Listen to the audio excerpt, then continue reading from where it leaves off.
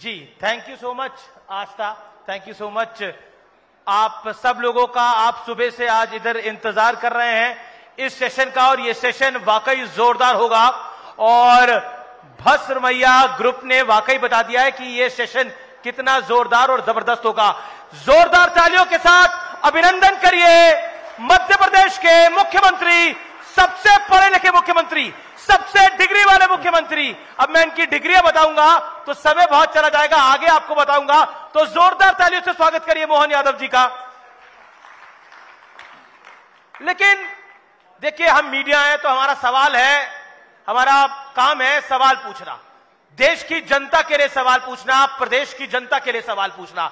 तो आज मध्य प्रदेश की जनता के दिल में जो सवाल है, उन तमाम सवालों का जवाब लेने का मैं प्रयास करूंगा मध्य प्रदेश के मुख्यमंत्री मोहन यादव जी से। लेकिन उससे पहले एक रिपोर्ट देख लेते हैं कि बीते एक साल में मोहन यादव जी ने क्या क्या किया है, क्या कुछ किया है। आइए नजर डाल लेते हैं। समर्पित कैडर किसे कहते हैं, इसके लिए डॉक्टर मोहन यादव के संघर्ष को देख लीजिए। गीता के कर्म का मर्म समझना हो तो डॉक्टर मोहन यादव के सफर को पढ़िए। सांस्कृतिक विरासत और विकास की इबारत का संतुलन समझना हो तो डॉक्टर मोहन यादव की कार्यशैली बूझ लीजिए। 4 दशक से ज्यादा का संघर्ष, मां फलेशु कदाचरम के दर्शन का साथ। मध्य प्रदेश को देश का नंबर 1 का प्रदेश बनाना चाहते। साल 2024 में मध्य प्रदेश ने 4 सांस्कृतिक वर्ल्ड रिकॉर्ड अपने नाम किए। सीएम ने न सिर्फ कृष्ण पथ को सहेजने का संकल्प लिया, बल्कि श्री कृष्ण पाथेय न्यास का गठन भी सुनिश्चित किया।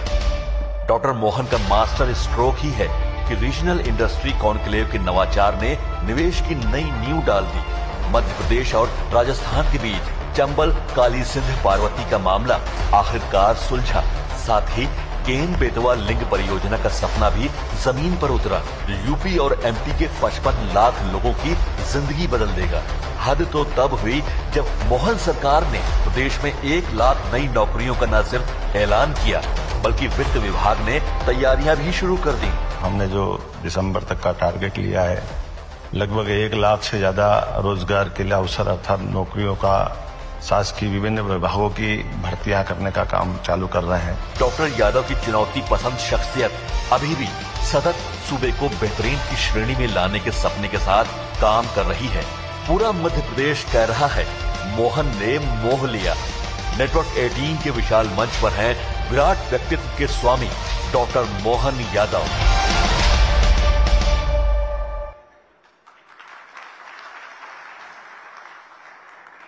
तो मोहन जी नमस्कार। हम आज एक ऐसे मुख्यमंत्री से बात कर रहे हैं जो देश के सर्वाधिक डिग्रीधारी हैं। अब मैं आपकी डिग्रियां पढ़ूं तो बीएससी, एलएलबी, एमबीए, राजनीतिक शास्त्र में पीएचडी। तो मतलब सवाल मन में आता है, ये कहां आ गए आप? कहां, मतलब इतने पढ़े लिखे मुख्यमंत्री, ये कहां आ गए आप? आपका प्रश्न बड़ा अलग संकट खड़ा कर रहा है। एक तरफ जब हम डेमोक्रेसी के अंदर अच्छे लोगों की, पढ़े लिखों की बात करते हैं, तो जो आ गया उसको धक्का क्यों दे रहे हो? जो आ गया वो सही जगह आ गया। जी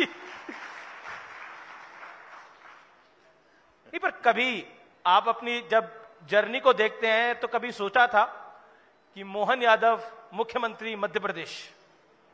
देखिए, मैं कभी ऐसा नहीं सोचता हूं। मैं एक अपनी पार्टी का एक सामान्य कार्यकर्ता हूं। पार्टी मुझे जो भी काम देती है और मैं उसको पूरी शिद्दत के साथ, पूरी ईमानदारी के साथ निभाने का प्रयास करता हूं।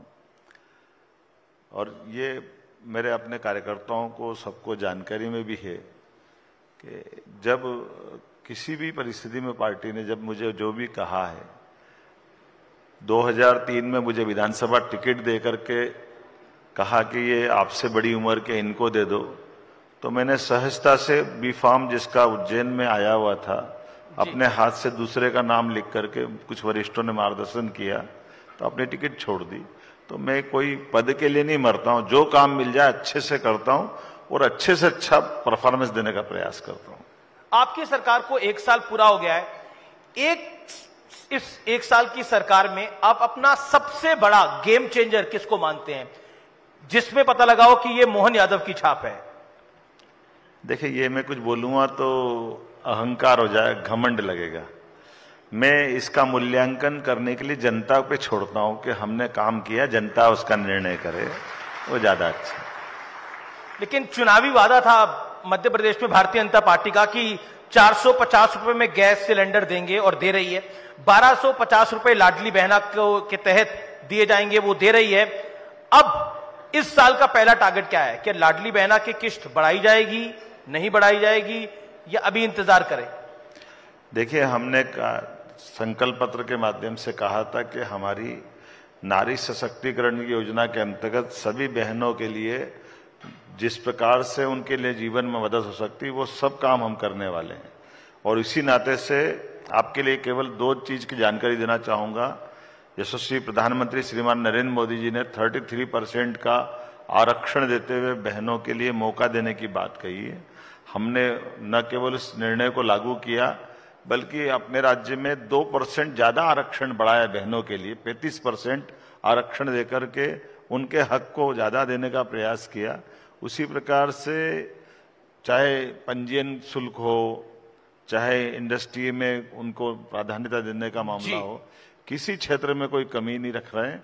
और जो आपने कहा 1250, आप चिंता मत करो, हमारी सरकार के 5 साल के अंदर अंदर हम उसको 3000 तक ले जाके बता देंगे, 3000 रुपये महीना देंगे। अच्छा, आपकी मध्य प्रदेश ने एक आदत डाली है, पूरे देश में ये फैल गई है। ये जो लाडकी बहना, लाडला भाऊ महाराष्ट्र में चल रहा है, ये आदत मध्य प्रदेश ने डाली है, अब पूरे देश में फैल गई है। मध्य प्रदेश से महाराष्ट्र में तो बीजेपी को फायदा हुआ, झारखंड में विपक्षियों को फायदा हो गया इसका। देखिए, अब ये मेरे लिए आप थोड़ा धर्म संकट खड़ा कर रहे हैं जी। जब कोई राज्य में जनहितैषी योजना बनती है, कल्याणकारी योजना बनती है, तो वो दलों की सीमा नहीं देखती, वो दिल से निकली आवाज को समझते हैं। और अगर हमारे योजना को आगे करके कोई और दल भी जीतता है तो हमको द्वेष नहीं है। अगर बहनों का भला वो करने का मन में आता है, वो करे ना। लेकिन मैं आपको रिकॉर्ड बताता हूं, लंबे समय से, पुराने समय में कांग्रेस ने जब सत्ता संभाली, उन्होंने कहा गरीबी हटा दें। 40 साल 50 साल पहले घोषणा इंदिरा गांधी जी ने कही थी। क्या गरीबी हट गई? उनने जो बोला उल्टा हुआ। बल्कि अभी अभी कांग्रेस के राष्ट्रीय अध्यक्ष ने अपने इंटरव्यू में कहा कि हमने कर्नाटक और हिमाचल में सरकार बना ली, झूठ बोल के बना ली, हम उसको पालन नहीं कर पा रहे हैं। तो हम कभी ऐसा नहीं करने वाले हैं। ये कांग्रेस की आदत है, विपक्षी दलों की आदत है कि झूठ बोल के सरकार बना लेते हैं। लेकिन हमने कहा था कि हम बहनों को लाडली लक्ष्मी योजना का पैसा देंगे। 1000 रुपए की योजना थी। हमारे सारे लोगों ने कहा था केवल चुनाव तक की घोषणा है, जैसे चुनाव हो जाएंगे इनको बंद करना पड़ेगी योजना। हमने बंद नहीं की, उसमें 250 रुपए और बढ़ा के बताए। ये जितनी जनहितैषी योजना, सारी योजना जारी रहेगी, ये पक्का कह सकता हूं। कोई योजना बंद नहीं होगी। लेकिन विपक्ष बंद नहीं होगी, लेकिन विपक्ष तो बार बार कहता है कि लाडली बहना बंद हो जाएगी, बंद हो जाएगी, बंद हो जाएगी। हमने कहा ना कि उनकी पार्टियां बंद हो जाएगी, लेकिन योजना चालू रहेगी, कोई योजना बंद होने वाली नहीं। अच्छा, आपने अभी धर्म संकट की बात करी, आपने कई स्थानों के नाम बदल दिए। मध्य प्रदेश में पंचायतों के भी नाम बदले जा रहे हैं। मौलाना का नाम विक्रम नगर, गजनी खेड़ा का नाम चामुंडा माता नगरी के नाम पर हो गया है, जहांगीरपुर का नाम जगदीशपुर कर दिया है। क्यों?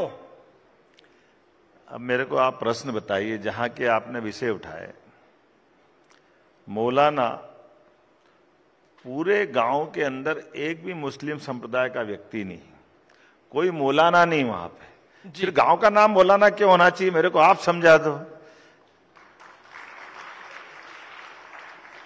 अतीत के कोई कालक्रम में कोई ऐसा आक्रांत आया होगा जिसने अपनी दादागिरी से वहां अपनी बात मनवा ली, तो हम मरे सांप को कब तक गले में लटकाते घूमते रहेंगे? उसका तो। पर आपको लगता है नाम बदलने से सांप मर गया है? मैंने ये नहीं कहा। मैंने कहा कि जब कोई है ही नहीं गजनी खेड़ी में। गजनी आया था 1000 साल पहले, जब पवित्र सोमनाथ का मंदिर लूटने के लिए वो दिल्ली के रास्ते से सोमनाथ गया था, और धन असबाब और बाकी व्यवस्था के बलबूते पर वो भारत के बाकी लोगों के पुरुषार्थ से डर करके उसने रास्ता बदल के उज्जैन के रास्ते से अफगान गया। ऐसे में वो गजनी खेड़ी हमारी मां चामुंडा का मंदिर तोड़ के चला गया। और उसके बाद वो 2-3-4 दिन रहा तो उसका नाम गजनी खेली कर दिया। आपने तो ये 1000 साल बाद भी हम उसका चामुंडा माता नगरी नाम नहीं रखेंगे तो हमको लगता सरकार में आना के नहीं, मतलब अपना आना बेकार हो गया। हमारे अपने अतीत के गौरवशाली पृष्ठ से किसी को क्यों कष्ट होना चाहिए? अच्छा, आपने तो यहां तक बोला कि नाम लिखो तो मौलाना का अगर नाम लिखो तो पेन भी अटक जाता है। नहीं, मैंने इसलिए कहा कि मैंने पूछा कि कोई मौलाना गांव में है क्या, तो उन्होंने कहा नहीं है। हमने कहा कोई मुस्लिम बंधु गांव में है क्या, नहीं है। अब बताओ मैं पेन आगे बढ़ाऊं कैसे? जी, मेरी जगह आपका पेन भी अटक जाएगा भाई। वहां कोई होना तो चाहिए ना, मैं लिख लूं नाम पेपर पे लाओ, लेकिन अगर वहां कोई है ही नहीं तो मैं किसका नाम लिखूंगा? अच्छा, एक चीज क्या आपको लगता है कि देश के अंदर, ये सवाल इसलिए मैं पूछ रहा हूं कि ये देश के परिप्रेक्ष्य में, देश में हिंदू मुसलमान बहुत ज्यादा हो रहा है। ये कहा जा रहा है कि उत्तर प्रदेश हो, मध्य प्रदेश हो, राजस्थान हो या फिर कर्नाटक हो, महाराष्ट्र हो, हर जगह हिंदू मुसलमान हो रहा है और बीजेपी को फायदा होता है इसका। देखिए, ये आप थोड़ा प्रश्न दूसरे ढंग से पूछ रहे हैं। मैं मुस्लिम समुदाय, हिंदू समुदाय, इनकी अपनी पूजा पद्धति की इसमें अंतर मानता हूं, लेकिन हिंदू को उस तरह से मत देखो जिस ढंग से मुस्लिम बंधुओं को देख रहे हो। हिंदू कहते ही हिंदू में हमारे पास 33 करोड़ देवी देवता है। हिंदू का इतना उदार चरित्र है। आप हिंदुओं के लिए आर्य समाजी पद्धति में जाओगे, जो मूर्ति पूजा के बजाय केवल यज्ञ में विश्वास करते हैं, तो हमारे धर्म में इतनी उदारता है। और उससे आगे बढ़ो, जिस देश की हम बात करते हैं, हमसे तो अच्छा पाकिस्तान वाले हैं, कभी ये प्रश्न नहीं पूछते हैं। वो कहते हैं हम पाकिस्तान वाले, वो हिंदुस्तान वाले हैं। जैसे अमेरिका में रहना अमेरिकन, इंग्लैंड में रहना अंग्रेज, ऐसे हिंदुस्तान में रहना हिंदू। उसमें गलत क्या है? हिंदू हमारा होना राष्ट्रीयता है। लेकिन समुदाय तो सभी रहते हैं ना। मैंने क्या कहा? हिंदू ही राष्ट्रीयता की अपने आप में ध्वनि आती है, तो स्वाभाविक रूप से ये हिब्रू शब्द का अपभ्रंश होकर के सिंधु की नदी के इधर के पास रहने वाले सभी हिंदू हैं। इसको आप पूजा पद्धति से मत देखिए, इसको उस भाव से भी मत देखिए जिस भाव से हमें भेद आता है। मैं एक पॉलिटिकल सवाल पूछता हूं। अभी हाल ही में हरियाणा में और महाराष्ट्र में बीजेपी की अच्छी जीत हुई है और आपका स्ट्राइक रेट, यानी जहां जहां आपने प्रचार किया वहां पर भी अच्छी सीट आई है। और हरियाणा में जो जिसे अहीर बेल्ट कहा जाता है वो बीजेपी ने स्वीप करिया है और ऐसा 2014 के बाद पहली बार फिर हुआ। क्या आप क्या आकलन करते हैं कि क्यों इतनी बड़ी जीत हुई हरियाणा में और महाराष्ट्र में? देखिए, ये सब जीत होने का एकमात्र कारण है पूरे देश का विश्वास भारतीय जनता पार्टी पे है, यशस्वी प्रधानमंत्री श्रीमान नरेंद्र मोदी के ऊपर है। इसलिए हम उनके नेतृत्व में दुनिया की सबसे बड़ी पार्टी अगर कोई हुई है तो ये माननीय जेपी नड्डा जी के नेतृत्व में, माननीय प्रधानमंत्री के नेतृत्व में भारतीय जनता पार्टी हुई। और केवल देश के अंदर नहीं, दुनिया के अंदर हर भारतीय का मान बढ़ा, सम्मान बढ़ा है। तो हरियाणा और बाकी के राज्य भी उसी का हिस्सा है। हरियाणा में कहा जा रहा था ना बीजेपी के लिए जीतना बड़ा कठिन है। मैंने क्या कहा? ये तो 2014 से हर बार कांग्रेस और उनके साथ वाले को नैरेटिव बनाते कि किसी हालत में बीजेपी की सरकार नहीं आएगी, लेकिन बीजेपी की सरकार एक बार नहीं, 2 बार नहीं, तीसरी बार फिर आई। अब इसको क्या मानो? आप सरकार बीजेपी की है, कांग्रेस नहीं मानती, 10 बार मत मानो, तुम्हारे मानने नहीं मानने से क्या होता है? लेकिन सीटें इस बार लोकसभा में कम रह गई थी ना थोड़ी। सीटें का सवाल नहीं, सवाल सीट का है।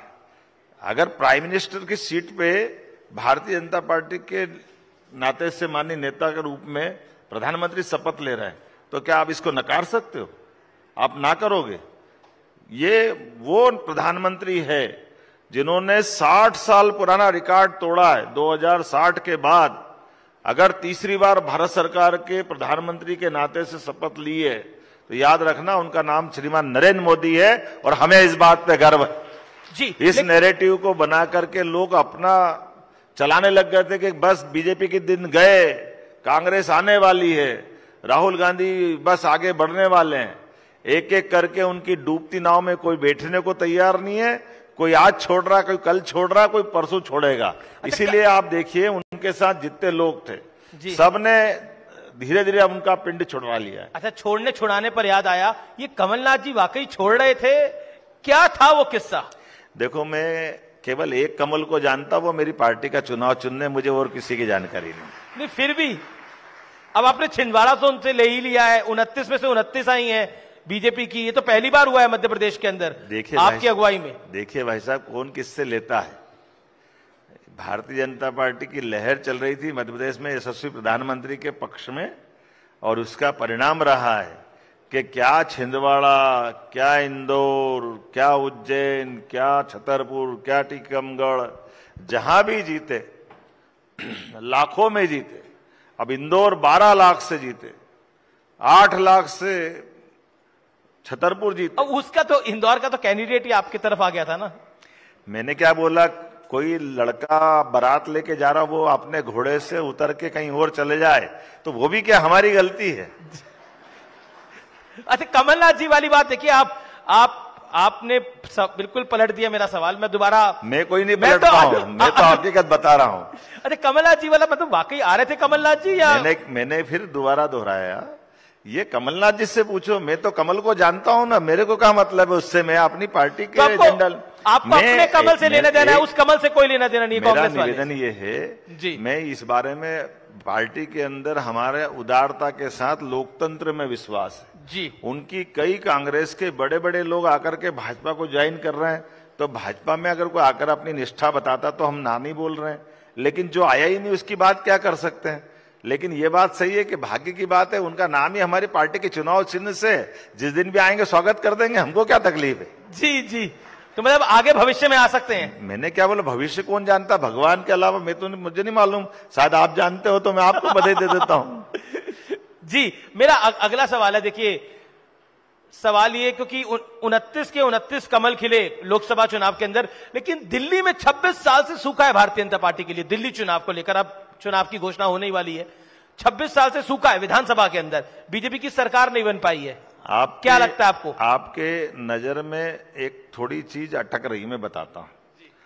आप ये देखिए, दिल्ली के अंदर यशस्वी प्रधानमंत्री के नेतृत्व में सरकार बनाने के साथ से लेकर के दिल्ली की सातों सीट लगातार भाजपा के पास है। आपको ये दिखाई नहीं दे रही? बिल्कुल, ये है भाजपा और ये है प्रधानमंत्री का अपना काम करने का तरीका। विधानसभा नहीं जीत पा रहे। राज्यों के चुनाव को लेकर के मैंने कहा है, जो झूठ का प्रोपेगेंडा फैलाया गया था, उसके धीरे धीरे सारे के सारे पत्ते खुलते जा रहे हैं।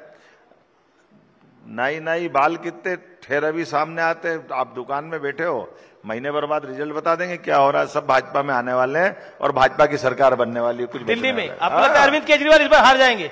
हम क्यों नहीं हारेंगे? अगर उनके, बताइए, मेरे को ये आज तक समझ में नहीं आया। इस देश का दुर्भाग्य है, राज्य के मुख्यमंत्री मतलब राज्य का प्रथम नागरिक, और हम ओथ लेते हैं माननीय, और उनकी तो पार्टी और बड़ी वाली थी जिनने कहा था कि वो करप्शन के खिलाफ रहेगी, लेकिन इतने बड़े आरोप लगने के बाद किस भाव से वो जेल में रहते हुए मुख्यमंत्री रहे, ये उनका सवाल नहीं था। माफ करना, ये दिल्ली के एक एक वोटर का अपमान उनने किया है कि हमने इसलिए नहीं दिया था वोट कि हमारे वोट में जाने वाला जेल काटे और बेशर्मी से इस्तीफा नहीं दे। इसका हिसाब दिल्ली की जनता चुकता करेगी, ये मैं गारंटी ले सकता। पर कहीं संविधान में तो लिखा नहीं हुआ कि आप जेल जाएंगे तो इस्तीफा देना चाहिए। तो संविधान में ये भी नहीं लिखा था कि वो शपथ लेकर के किसी बेशर्मी पे किसी सीमा तक चले जाएंगे। उनके पहले कई सारे नैतिकता के आधार पर कितने उदाहरण भरे पड़े हैं। आप बताइए, हमारी पार्टी के राष्ट्रीय अध्यक्ष माननीय लालकृष्ण आडवाणी जी अभी हैं, केवल लाल डायरी में नाम लिखा था, वो भी पूरा नहीं लिखा था।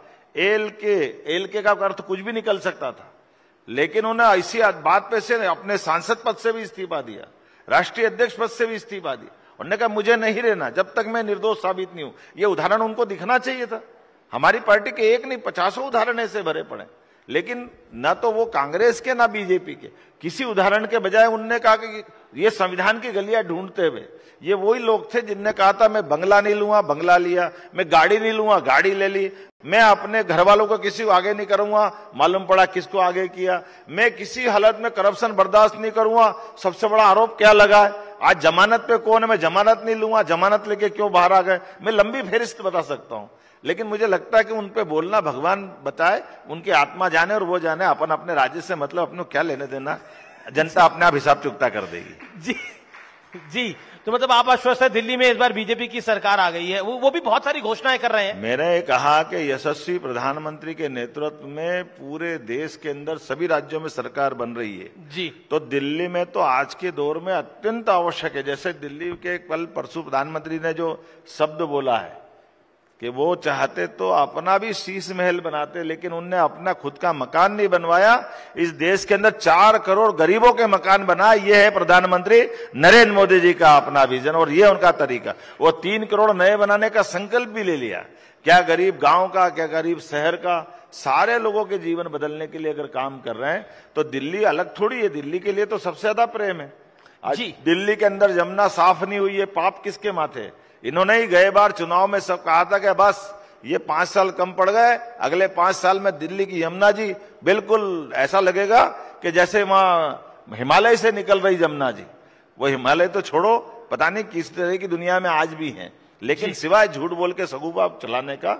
लेकिन मुझे लगता है कि थोड़ा उन पे बोलना अब ज्यादा पर्याप्त है, इतना कि किसी और राज्य के अब तो वो उस स्थिति में भी नहीं है।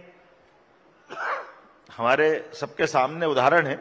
जी जी जी, चलिए मेरा अगला सवाल है कि क्योंकि आपने लाडली बहना की बात करी और लाडली बहना को लेकर बहुत सारे सवाल जवाब होते हैं, लेकिन एक डिबेट शुरू हुई है कि हिमाचल प्रदेश में जो इकोनॉमिक क्राइसिस आया है, जो फाइनेंशियल क्राइसिस आया है, ये जो रेवड़ी कल्चर है, ये राज्य की अर्थव्यवस्था को चरमरा देता है।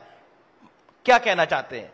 डेवलपमेंट को रोक देता है। As a CM what is your thought? देखिए, दोनों बात है। मैं आपसे एक प्रश्न पूछता हूं, आप रक्षाबंधन पे अपनी बहन को आपकी सुविधा के हिसाब से आपको लगता है कि मुझे 1 लाख रुपए रक्षाबंधन में देना, तो आप 1 लाख रुपए देते होगे। कोई गरीब आदमी को 10 रुपए देने की इच्छा होती तो 10 रुपए देता है। कोई के पास कुछ नहीं तो गुड़ की कोई डली खिला करके उसके साथ अपने संबंध निभा लेता है। ये हमारे देश का कल्चर है कि हम अपने इन सारे व्यवहार में, आपस के संबंधों में हमारे उस भाव को निर्भर करें जिस प्रकार की आपकी वित्तीय क्षमता है। ऐसे में नारी सशक्तिकरण को लेकर के अगर हम अपनी बहनों को कुछ मदद करके उनके जीवन में खड़े होते हैं तो ये आप मान के चलिएगा, हमारे पुरुष आधारित समाज में अभी ये थोड़ी कमजोरी है। लेकिन बहनों के साइड से मैं बता सकता हूं, अगर पुरुष 100 रुपए कमा के घर में पहुंचता है तो 25-50 रुपए उड़ा देगा, लेकिन बहन 1 रुपया भी फालतू उड़ाना नहीं चाहती है, पूरे घर पे कुर्बान कर देती है। ये बहनों की आदत, हमारी संस्कार है, इसलिए उसका सम्मान करने की जरूरत। उसको मिलने वाला 1 रुपया भी, ये बोलना बहुत सरल है, कहीं और मैं माफ करना जिस मंच से बात कर रहे हैं वो गरीब बहनें जिनके घर में आज भी इस बात के लिए 100 रुपए का भी महत्व है, जब उनके हाथ में 1250 जाते हैं, वो मतलब आप कभी कल्पना नहीं कर सकते। पूरे परिवार के लिए 1-1 रुपया बचा करके जो जिंदगी बदल रही है, आने वाला समय बताएगा ये राशि से उनके जीवन में कितना बड़ा बदलाव आया। जी, लेकिन इसके लिए मैं एक आंकड़ा देख रहा था, 11 महीनों में 40,500 करोड़ रुपए का कर्ज।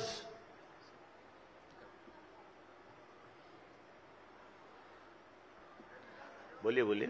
मैं एक आंकड़ा बोल रहा था कि ये विपक्ष का आरोप है कि 11 महीनों में 40,500 रुपए का कर्ज आपकी सरकार ले चुकी है। आपने ये देखा नहीं कि हमने खर्च कितना किया है? 11 महीने के अंदर जी हमारे द्वारा 3.25 लाख करोड़ का खर्च विकास के लिए किया गया। ये आंकड़ा भी याद रखना पड़ेगा। तो आप बताइए, आपका मकान बनाने के लिए आप बैंक से कोई लोन लेते हैं जी, तो बैंक से लोन लेने के लिए बैंक आपके मालूम पड़ा कि आप 50 लाख का मकान बना रहे हैं, तो बैंक आपको किसी हालत में 30 लाख से ज्यादा मंजूर नहीं करेगा। 20 लाख तो आपको मिलाने पड़ेंगे। एक मिनट जी। और 20 लाख मिला के आपका जो असेट्स रहेगी, आज आपको 30 लाख की किस्त हो सकता है 5,000 रुपया महीना लग रही हो, लेकिन आज जो 5,000 दे रहे हो, ये कल 5,000, परसों 5,000, सब मिला के आज जो रुपये का अवमूल्यन धीरे धीरे होगा, आने वाले समय में ये 30 साल का लोन लोगे, 20 साल का लोन लोगे, तो ये 5,000 ऐसा लगेगा जैसे 500 रुपए लिया आपने। तो हमारे राज्य को अगर आगे बढ़ाना है, तो आगे बढ़ाने के लिए हमको अपनी वित्तीय व्यवस्था में हमको इनकम टैक्स की दृष्टि से भी कुछ कर्ज भी लेना पड़ेगा, लेकिन अपने वित्तीय संसाधनों के बलबूते पर जो गाइडलाइन है भारत सरकार की जी, उस गाइडलाइन के अंदर भी रहना पड़ेगा। इसके प्रमाण कैसे हैं?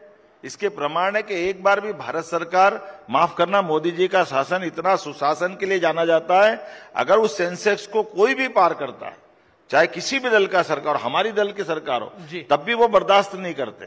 किसी भी हालत में उसके अंदर रखना और उससे आगे बढ़कर एक भी बार परेशान हो रही है एक भी कोई योजना को हमने फाइनेंशियल क्राइसिस के आधार पर बंद नहीं किया, सारी योजना चलाई। दूसरा, हमारे द्वारा किसी भी योजना के लिए कभी बैंक में ओवरड्राफ्ट की नौबत नहीं आई, हमारे पास हमेशा सरप्लस फंड है। इसका मतलब है हम सुशासन की तरफ बढ़ रहे हैं और हमारे अपने भविष्य के लिए इससे आगे नहीं बढ़ेंगे तो क्या बढ़ेंगे? कांग्रेस परेशान है कि कर्ज वापस कैसे होगा? कांग्रेस परेशान है कि कर्ज वापस कैसे होगा? कांग्रेस ने हमेशा कर्ज डुबाने का धंधा करा, तो ये उनसे पूछो, वो उनके अपने जैसे तरीके थे। कांग्रेस ने कभी इस तरह से राज्य किए ही नहीं है। आपका अंदाज लगा, आपको एक आंकड़ा देता हूं। जी जी, कांग्रेस के जमाने में पूरे राज्य का जब 2 ही साल हुए थे, छत्तीसगढ़ अलग गए को, कांग्रेस का कुल बजट 20,000 करोड़ का था। आज हमने 3.5 लाख करोड़ का बजट मेरी सरकार में हुआ। तो आप बताओ ये कितना अंतर आ गया। कहां 1956 से लगा करके 2003 तक 20,000 करोड़, और कहां हमारे 2003-4 से लगा करके 2023-24 तक जी जी 3.5 लाख करोड़। और इसका आंकड़ा दूसरे ढंग से बताता हूं, हमारे पास 2003-4 तक इस राज्य के अंदर कुल 5 मेडिकल कॉलेज थे, लेकिन आज की स्थिति में जब हमारी सरकार बनी तो 13 प्राइवेट और 17 गवर्नमेंट के, आज 30 मेडिकल कॉलेज हमारे अपने राज्य में संचालित हो रहे हैं। हमारे बच्चों के भविष्य के लिए हमको यह संकल्प नहीं लेना पड़ेगा, और अभी 2 साल के अंदर हम 25 मेडिकल कॉलेज फिर चालू करने वाले हैं। ये हमारी सरकार है, ये हमको अपने आगे बढ़ने का तरीका। जी, मेरा अगला सवाल है कि मध्य प्रदेश के धार में भोजशाला है और वहां ASI सर्वे का आदेश हुआ है। मकसद ये पता लगाना था कि वहां पर मंदिर है या फिर मस्जिद। इस विवाद को आप क्या कहेंगे, जो ये भोजशाला का विवाद चल रहा है?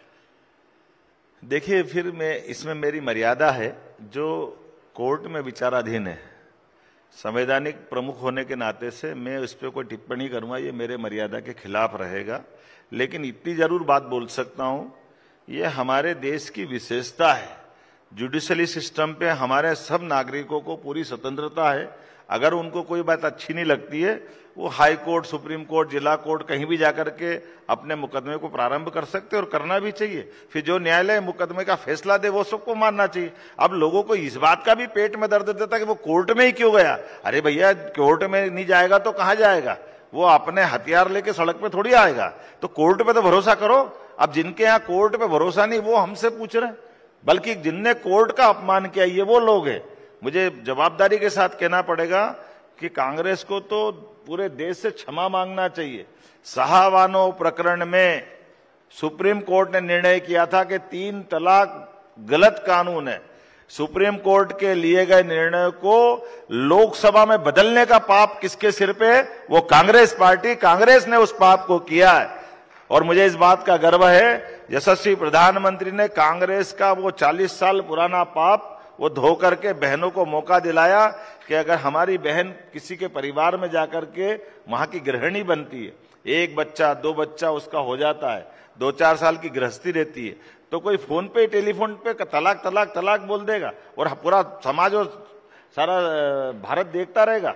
ये कितनी खराब बात थी। मुझे गर्व है हमारे प्रधानमंत्री ने उस काले कानून को समाप्त करके बहनों को बराबरी का दर्जा दिया। और एक नहीं, एक और फैसला सुप्रीम कोर्ट ने किया कि भगवान राम का मंदिर बनना चाहिए, धूमधाम से बनना चाहिए। आप याद करो, बाणों से लेके आज तक या उसके पहले के काल में जब भी कोर्ट ने फैसला दिया, राम के नाम पर कांग्रेस ने दंगा भड़काने का काम किया है इस देश के अंदर।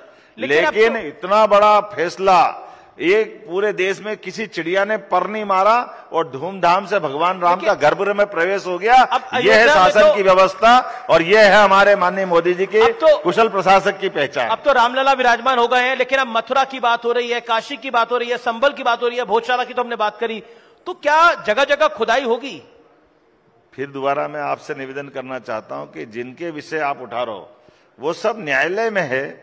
अगर वो मेरे अपने पास होते तो मैं उसके बारे में टिप्पणी करता।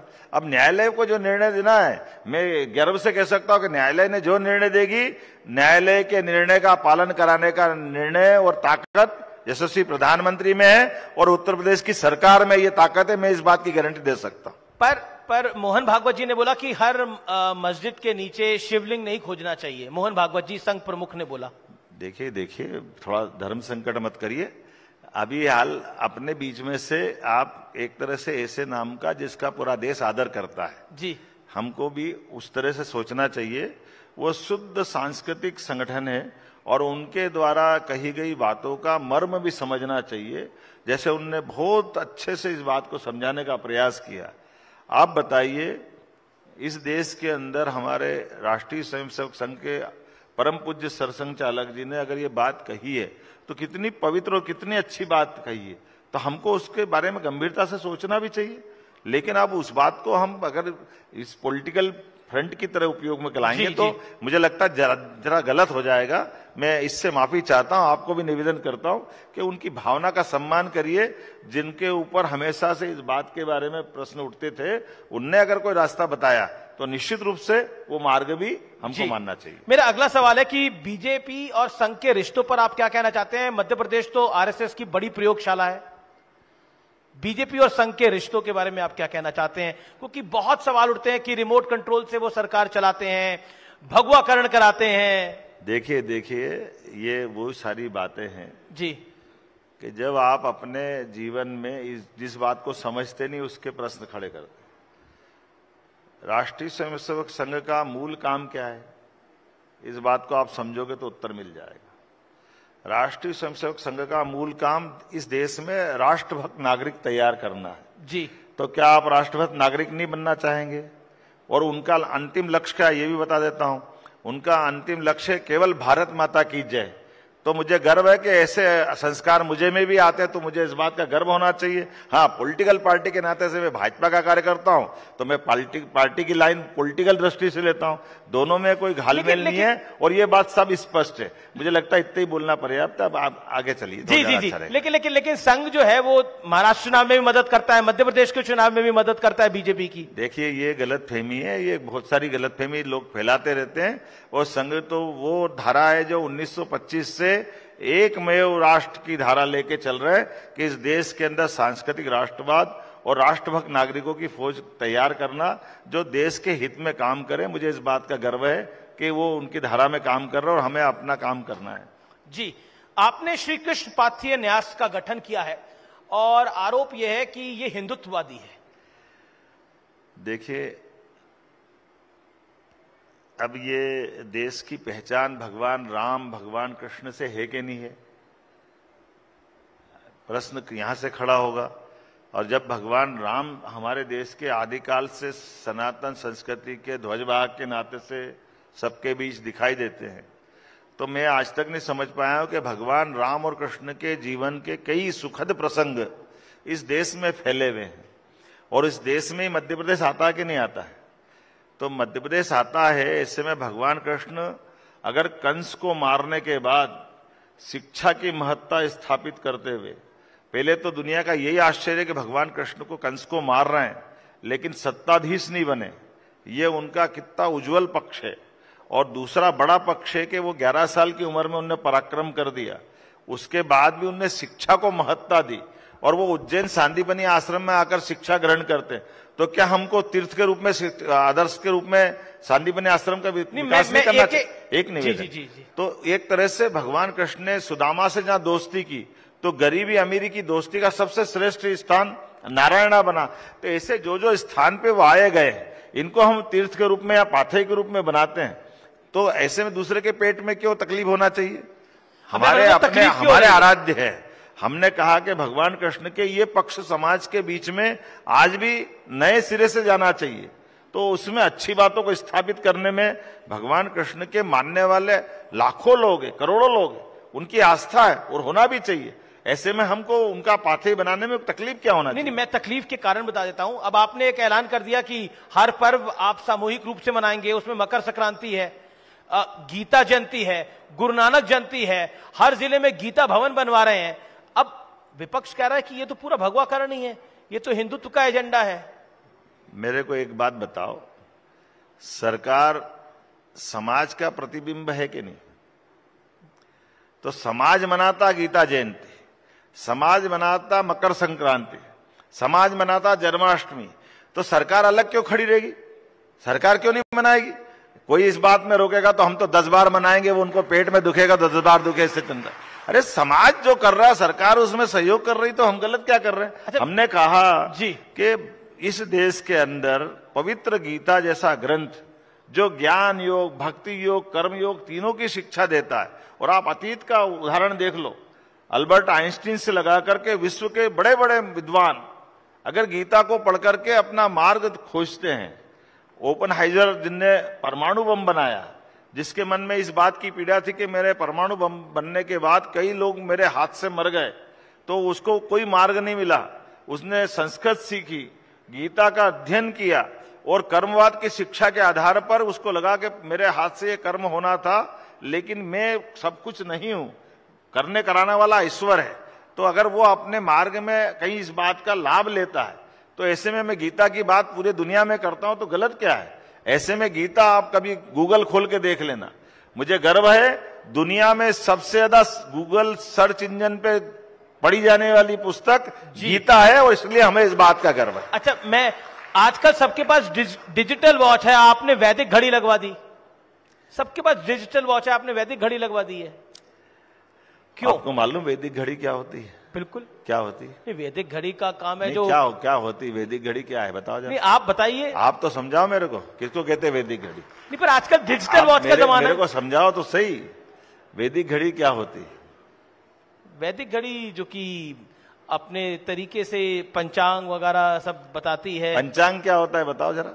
जिसके हिसाब से तिथियां चलती हैं। तो तिथियां कैसे बनती बताओ जो जरा। उज्जैन नहीं, अब जब से गुड़ी पड़वा शुरू होता है तब से विक्रम संवत शुरू होती है। गुड़ी पड़वा कैसे शुरू अब आप होता तो है? मेरा बताओ ना इंटरव्यू मेरे लेने को। लग गए हो। मैं क्या गुड़ी पड़वा कैसे बताओ आप जरा मेरे को। नहीं, ये क्या क्या है? संक्रांत कब पड़ती है, मतलब तो जो हमारी हिंदू रीति रिवाज के त्योहार कब पड़ते हैं उसकी जानकारी मिलती है ना। मैं आपको जो आप बात बता रहा है मैं उसी पे आऊंगा वापस। जी। हमारी तिथियां बनाने में हमारे समय के विभक्तिकरण की शुद्ध पद्धति अगर कहीं है तो पंचांग आधारित है।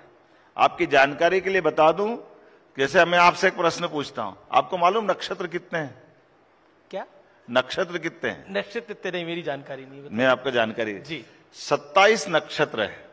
वो 27 नक्षत्र एक साल में 4 बार आते हैं, इसलिए एक साल में 4 बार आने वाले 27 नक्षत्र, अर्थात हमारे कोई संत भी कितने साइंटिफिक है, कोई साधना करता है अपने आगे 108 लगाता है।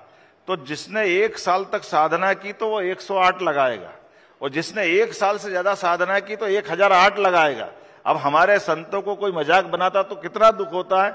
नक्षत्रों की गिनती करके आप बताइए, ग्रहों की दशा देखने के लिए पूरी दुनिया ने, गैलीलियो जब तक दूरबीन नहीं लाया तब तक इनको ग्रहों की मालूम नहीं थी।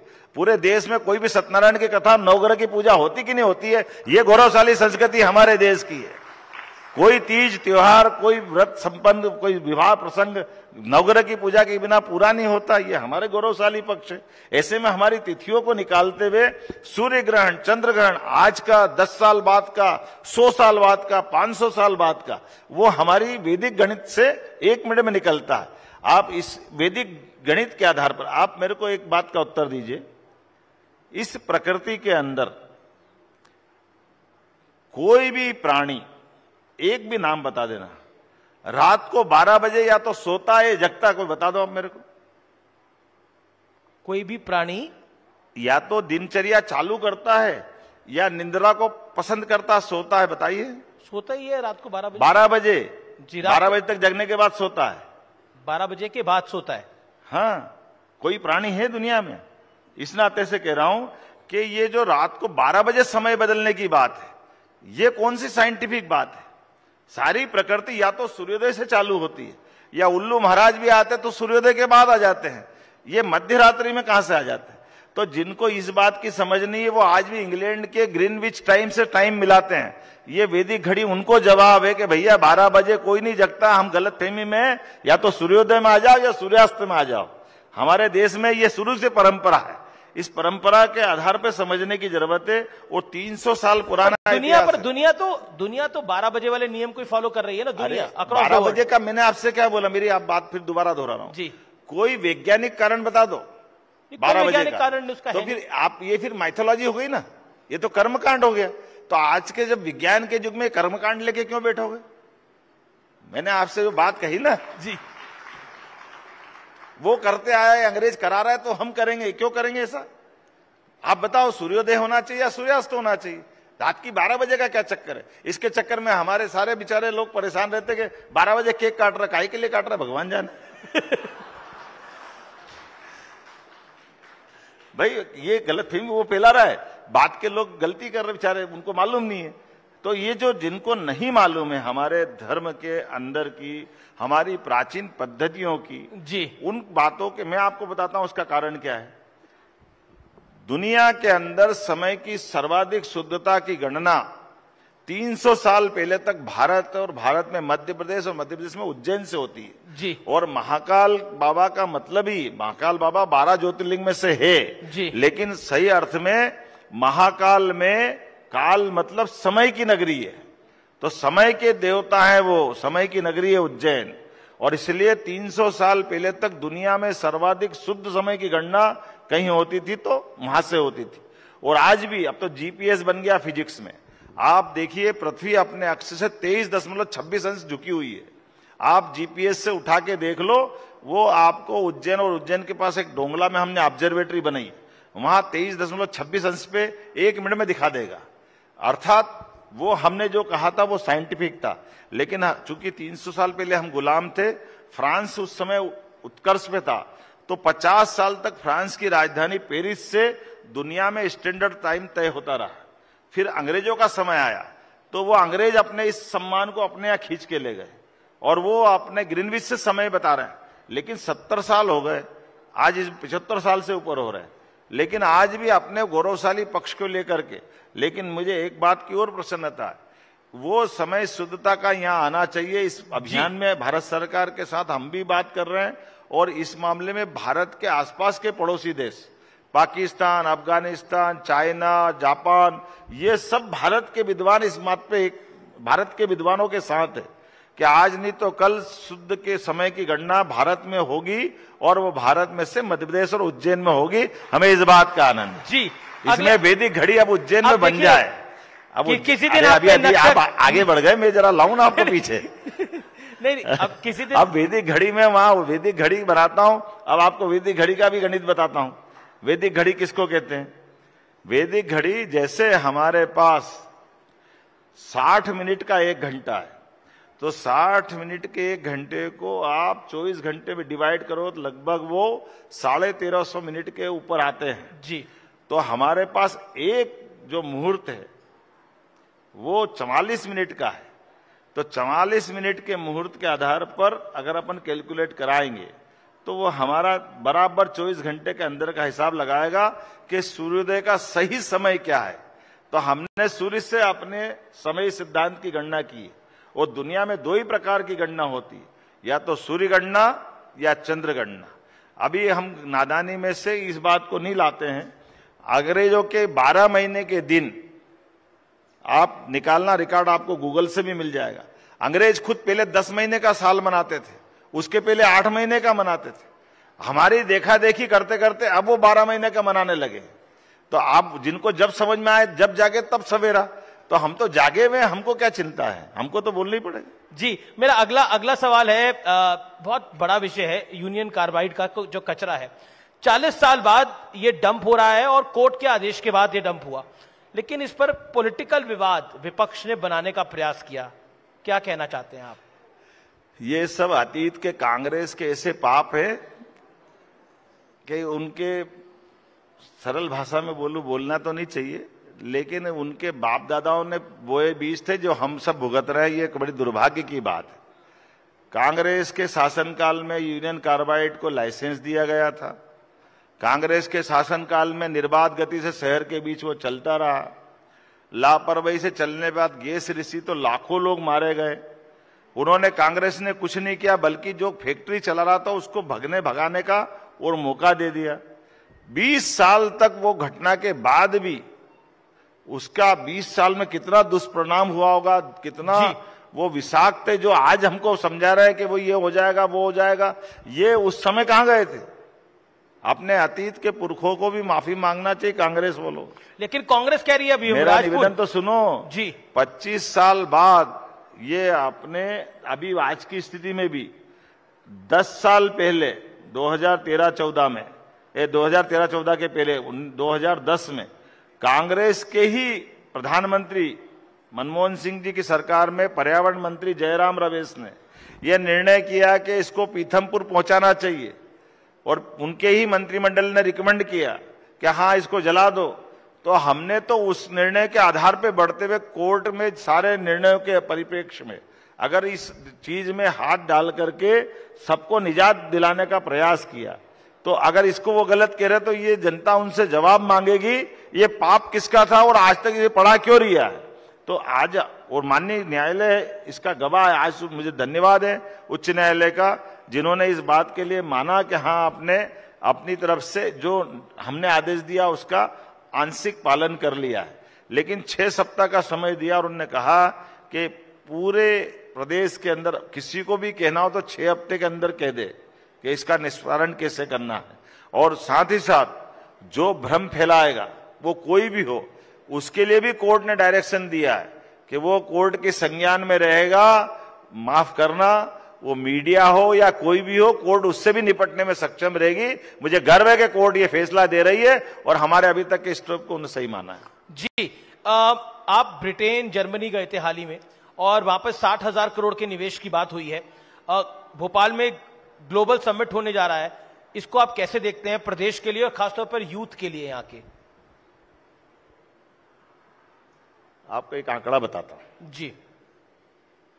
दुर्भाग्य से हमारे इस प्रदेश का 1956 में प्रदेश बना है जी, और 1960 में इस राज्य के आकलन के आधार पर देश के बाकी राज्यों में गरीबी का स्तर जो माना गया था उस स्तर से खसकते खसकते 2003-4 तक ये 80 पॉइंट से खसक करके 40 के अंदर आ गया। और इस देश के अंदर मध्य प्रदेश एकमात्र राज्य ऐसा था जहां सड़क, बिजली, पानी सारी स्थिति में मध्य प्रदेश बहुत गर्त में चला गया। लेकिन 2003-4 के बाद आज मध्य प्रदेश बिजली में सरप्लस है, सड़कों से अच्छा हुआ है, सब प्रकार के अपने अन्न में भी हमने हरियाणा पंजाब को पीछे छोड़ करके अगर हमने अन्न भंडारण में भी अपनी पोजीशन बनाई, दूध उत्पादन में पोजीशन बनाई, तो ये आज अपनी प्रोग्रेस का जो बड़ा कारण बना है। लेकिन आज भी ये मान के चलो एग्रीकल्चर ग्रोथ रेट हमारी बहुत अच्छी हो गई जी जी जी, लेकिन इंडस्ट्रियल ग्रोथ रेट में अभी हमारी काफी गुंजाइश है। तो हमने अभियान चलाया अपनी सरकार बनने के बाद, संभाग में भी इंडस्ट्रियल कॉन्क्लेव करा रहे हैं और इंडस्ट्रियल कॉन्क्लेव को सफल करने के लिए देश के बाकी राज्यों में जहां बेहतर उद्योग है, मुंबई, कलकत्ता, बेंगलोर, अब छोटी छोटी बात, हमारे यहाँ 50,000 से ज्यादा इंजीनियरिंग के विद्यार्थी जो आईटी को समझते हैं, लेकिन इनको आईटी के लिए बेंगलोर जाना पड़ता, किसी और राज्य में जाना पड़ता। तो हमारा युवा क्यों बाहर जाना चाहिए? उनको सबको यही रोजगार मिलना चाहिए, उनको काम मिलना चाहिए। इसलिए सभी सेक्टर में समान रूप से यहाँ की बौद्धिक क्षमता वाले लोगों को उपलब्ध अवसर दिलाने के लिए, बेहतर से बेहतर करने के लिए हमारी सरकार काम कर रही है। और इसी आधार पर हम पूरे राज्य को देश का नंबर 1 का राज्य बनाने के लिए कृत संकल्पित हैं। तो जो हमारी अभी बजट की जो मैंने आपको अभी अपनी पोजीशन बताई, 5 साल के अंदर हम 7 लाख करोड़ का टारगेट लेके चल रहे हैं कि सभी प्रकार से नंबर 1 का राज्य बनेगा और सबको रोजगार मिलेगा। जी, आखिरी दौर है चर्चा का। कुछ महत्वपूर्ण सवाल हैं। उज्जैन में सिंहस्थ कुंभ होने वाला है 2028 में, 2025 में प्रयागराज में महाकुंभ है। क्या कहना चाहते हैं आप? क्या यहां से भी काफी लोग, मध्य प्रदेश के वासी भी प्रयागराज जाना चाहेंगे? उनके लिए व्यवस्थाएं, उनके लिए ट्रेन तो चली रही हैं, सिंहस्थ की क्या तैयारी है? देखिए, ये दुनिया के सबसे बड़े मेलों में से हमारे लिए कुंभ मेला, सिंहस्थ मेला है। और जैसे वहां वृश्चिक राशि में अगर कुंभ प्रवेश करते तो वहां कुंभ होता है, हमारे सिंह राशि में बृहस्पति का आना होता है तो सिंहस्थ होता है। दोनों का अर्थ ही है कि ये विश्व के सबसे बड़े मेले में है। मुझे गर्व है कि ये 2028 में जब आएगा, तो अभी हम 2025 में प्रयाग में हमारे यहाँ से आने जाने की प्रबंधन भी कर रहे हैं, हमारा स्टॉल भी लगा रहे हैं, हमारे अधिकारियों को भेज भी रहे हैं। आने वाले समय में अभी तक का सबसे अच्छा सिंहस्थ उज्जैन का लगेगा, इसके हम सारे प्रबंधन कर रहे हैं, ये पक्का जी। लेकिन कुंभ को लेकर एक विवाद भी खड़ा हो गया है, वक्फ पर आपकी राय क्या है? क्योंकि अब तो प्रयागराज के महाकुंभ की जमीन पर भी वक्फ ने अपना दावा ठोक दिया, कहा है ये वक्फ की जमीन है जहां पे कुंभ हो रहा है, महाकुंभ हो रहा है। मैं तो इतना ही जानता हूं, इस देश की बहुसंख्यक समुदाय के, अल्पसंख्यक समुदाय के हजारों साल के हमारे संबंध है, और अगर किसी को कुछ बात लगती तो न्यायालय सबके लिए है। हर बात को पॉलिटिकल दृष्टि से कांग्रेस के लोग अगर मैदान में ला रहे हैं तो कांग्रेस की बुरी स्थिति इसलिए होगी, केवल एक ही वर्ग के वोट वो चाहती, दूसरे वर्गों को कब तक नीचा दिखाएगी? ये कांग्रेस हिंदुओं को कब तक नीचा दिखाएगी? कांग्रेस अगर करेगी तो कांग्रेस को कीमत चुकाना पड़ेगी, मैं गारंटी ले सकता हूं। जी, लेकिन संतों का एक बड़ा वर्ग है, वो कहता है कि कुंभ में जो नॉन हिंदू हैं उनकी एंट्री क्यों होनी चाहिए, और खासतौर पर मुसलमानों की एंट्री को लेकर उन्होंने बयान दिया है। क्या कहना चाहते हैं आप? देखिए साहब, मैं तो एक ही बात जानता हूं, हमारे सोचने का अंत जहां होता है वहां से आगे संत दिखाई देते हैं।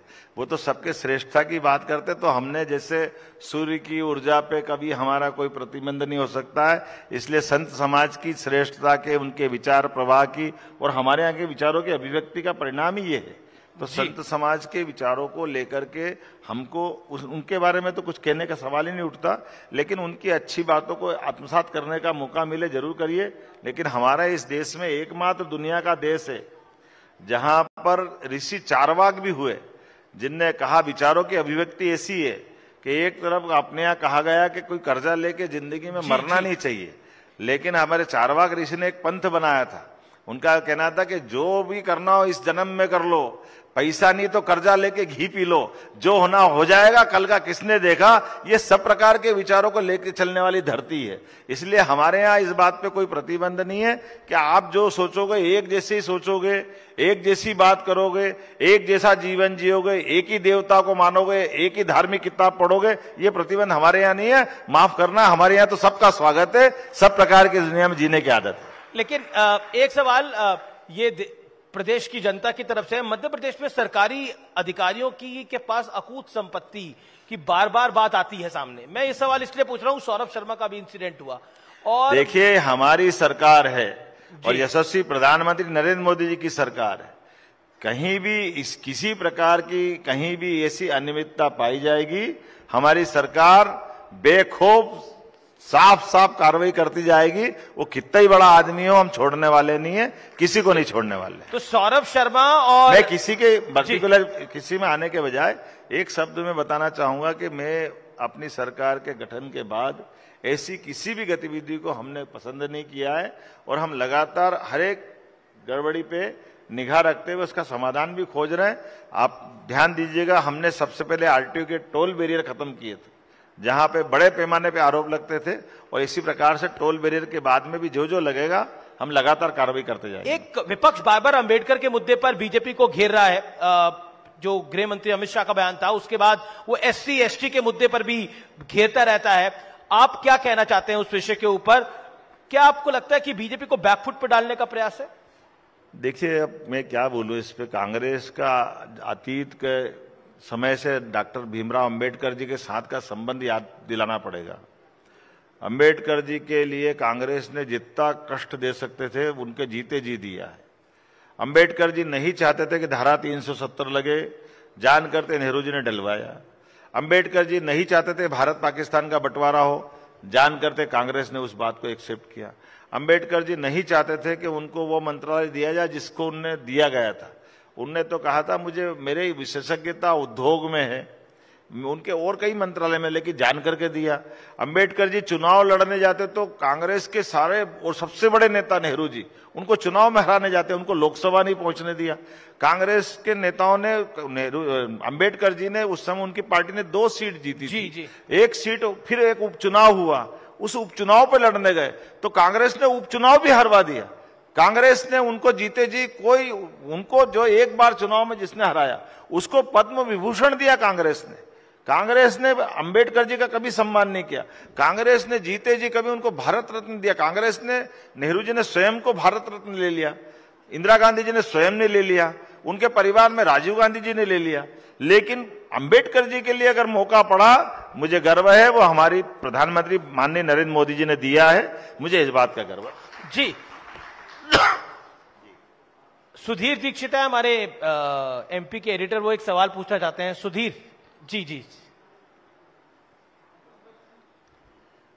अब बहुत हो गए, मेरे को लगता है। बहुत बहुत स्वागत है आपका। एक सवाल मैं पूछना चाहता हूं। हाल ही में आप ब्रिटेन और जर्मनी के दौरे से लौटे हैं। 9 करोड़ के करीब आबादी मध्य प्रदेश की, और उन देशों की भी आबादी मध्य प्रदेश के बराबर है। इस लिहाज से एक देश को आप संभाल रहे हैं और यहाँ पर बहुत सारा यूथ मौजूद है। रोजगार को लेकर वो आपकी तरफ देख रहा है और बहुत सारे नवाचार आपने किए हैं।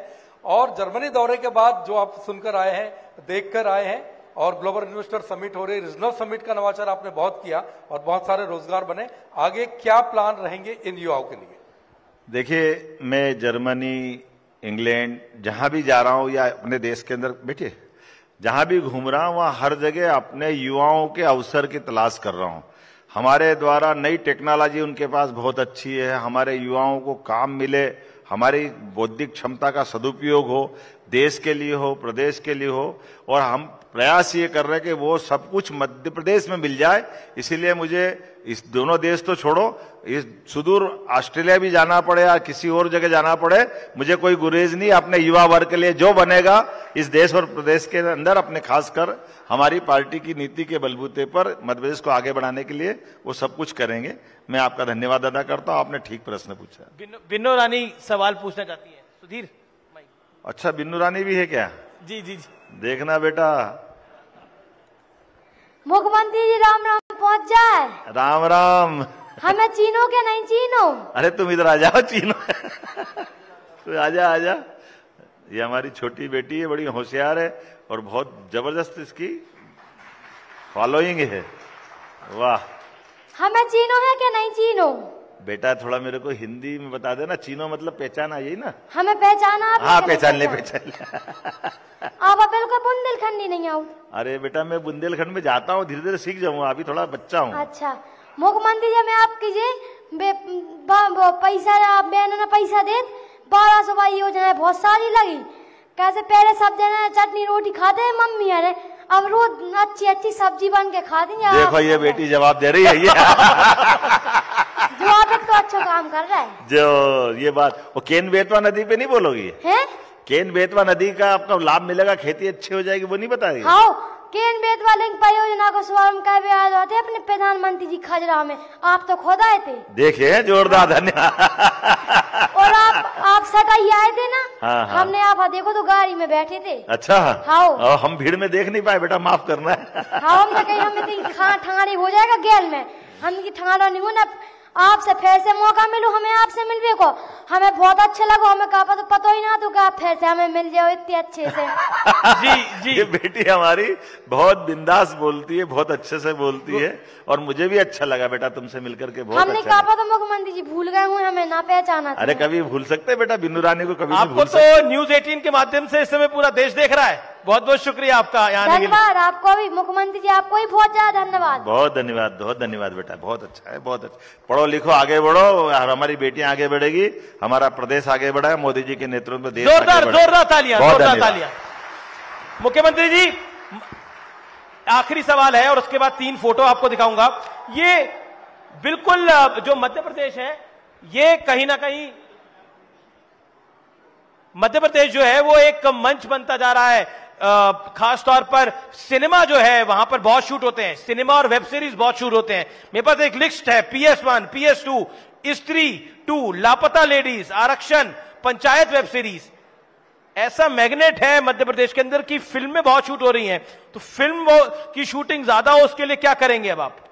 देखिए, हमने अपने राज्य की पहचान देश दुनिया में बनाने के लिए, और परमात्मा की दया है कि प्राकृतिक रूप से मध्य प्रदेश बहुत समृद्ध राज्य है। यहाँ वन के भी बड़े अच्छे क्षेत्र हैं, नेचुरल सभी प्रकार की चीजें हैं। ऐसे में आकर के हमारे बंधु कोई फिल्म बनाते हैं तो हमारी सरकार कई प्रकार से उनको मदद करती है, उनके रुकने के, उनके प्रोडक्शन को बढ़ाने के, हमारे राज्यों को दुनिया के सामने लाने के लिए ऐसे कई सारी योजना हमने चालू की है।